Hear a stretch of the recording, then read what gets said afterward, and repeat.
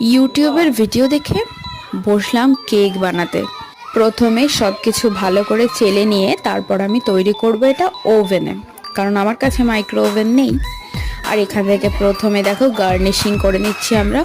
অনেক চকলেটস দিয়েছি, dry fruits দিয়েছি আর বসিয়ে দিয়েছি। তোমাদের যদি কেকটা পছন্দ হয়ে থাকে তাহলে আমাকে বলো, আমি অবশ্যই শেয়ার করব তোমাদের সাথে রেসিপি।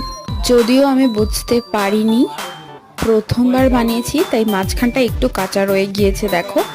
বাট আমি ভেবেছিলাম সাইডটা পুড়ে গেছে, আমি সেই কারণে তাড়াতাড়ি করে নামিয়ে দিয়েছি। আর বেশ পেছনের কালারটাও সুন্দর এসছে আর কেকটা ভীষণ সফটও হয়েছে, তবে একটু কাঁচা রয়ে গেছে। কিন্তু যেহেতু আমি অরেঞ্জ জুস দিয়েছিলাম তাই খেতে ভীষণ ভালো হয়েছিল।